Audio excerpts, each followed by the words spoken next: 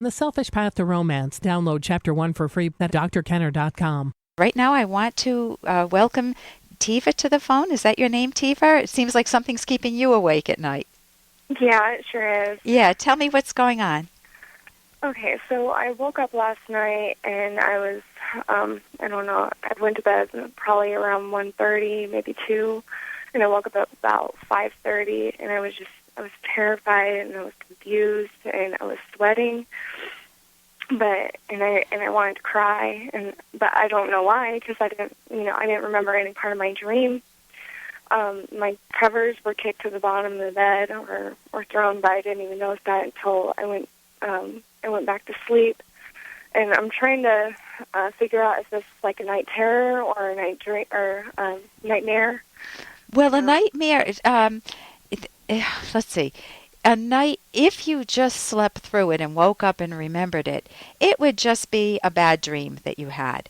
But if it's so frightening that it wakes you up, which in this case it did, it's a nightmare. And the question is, how old are you? I'm 20. You're 20. Have you any idea what this might be about? I don't. I just the only image I remember is some man's face, and I can't even remember. Like, it wasn't somebody I knew or anything like that. And I've been having nightmares, but I've been able to remember them. Okay. You said you have a history of nightmares. Then, how often do you have nightmares? It started when I was 12, 13. Yeah, what happened back then? I would wake up screaming, and my mom would have to come comfort me, and even then it wouldn't really help.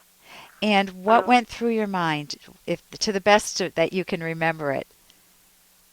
I was just scared. I didn't like then. I didn't know what happened. I mean, I know the difference. Like, I was told that nightmares, you wake up and you're scared, of course, but you can still remember your dream. And night terrors, you can't remember them at all. Yeah, but it's sounding like. Well, let me ask you another question. Are you on any medications? Because sometimes medications can cause that. No. Okay, so here's what I suggest. If you're waking up very confused and sweating and there's no content, it's just a ball of emotion and anxiety and fear, one of the things you can do is to actually see a cognitive therapist, maybe for a few sessions, to see if there is any pattern. Is there a theme in the type of dreams you've been having? For example, I used to have nightmares. And my nightmares were of a dog and cat chasing me, because in my childhood, a dog almost bit me and I was terrified by them. So this is not anything heavy, but you can see how it can torture a child. Yeah. I remember my mother once giving me a sleeping pill just to get me back to sleep. I also was very worried that spiders would bite me in the night and kill me because I watched a scary movie. So sometimes the content doesn't come from abuse. Sometimes the content comes from just being traumatized by a movie or something that's a normal activity, a dog almost biting you, and because you're a kid and you don't know how to file it, you feel terrorized. But sometimes it does come from abuse. Is there any history of abuse in your past? Sexual abuse, yeah. Oh, there is? Yeah. I'm not surprised then.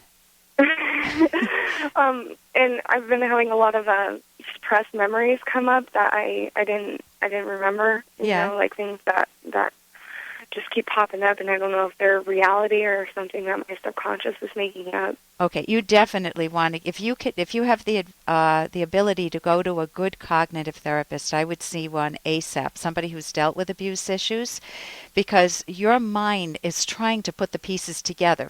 Your subconscious is working while you're sleeping, and you don't have a full picture.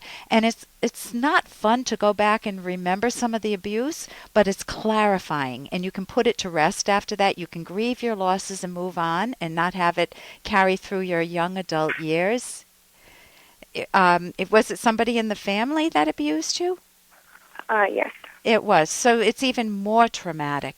So the feeling of being confused and sweating and wanting to cry and kicking the covers to the bottom of the bed, when people have had a history of abuse, that is a likely candidate.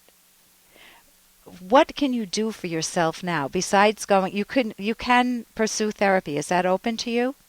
Yeah, I can do that. Okay, there's a website. You can go to my website too, drkenner.com, and I have a link to it. It's a cognitive therapy website, academyofctcognitive.org. But what you want to do is... Hey, I got to interrupt this because we've got to pay some bills. 30 seconds, that's it. A very quick ad, and then Ellen will be back. Romance. I wish I knew more about what girls want from a relationship.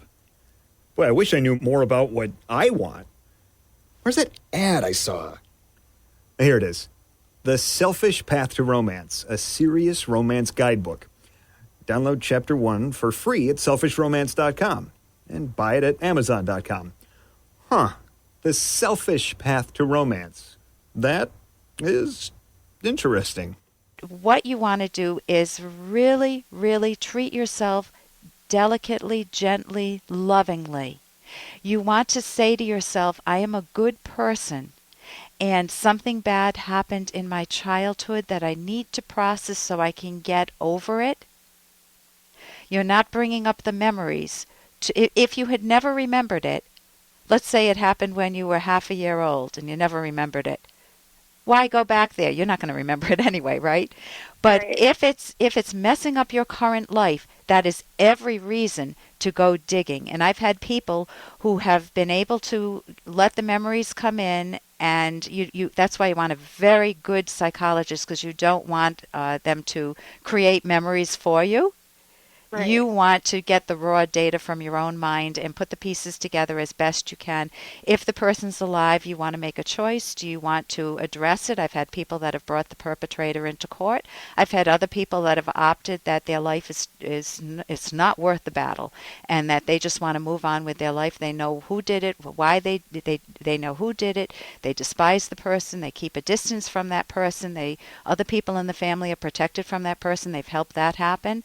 And so that's another direction you can go in. You can either try to put the guy in jail, or woman, whoever it is, or not.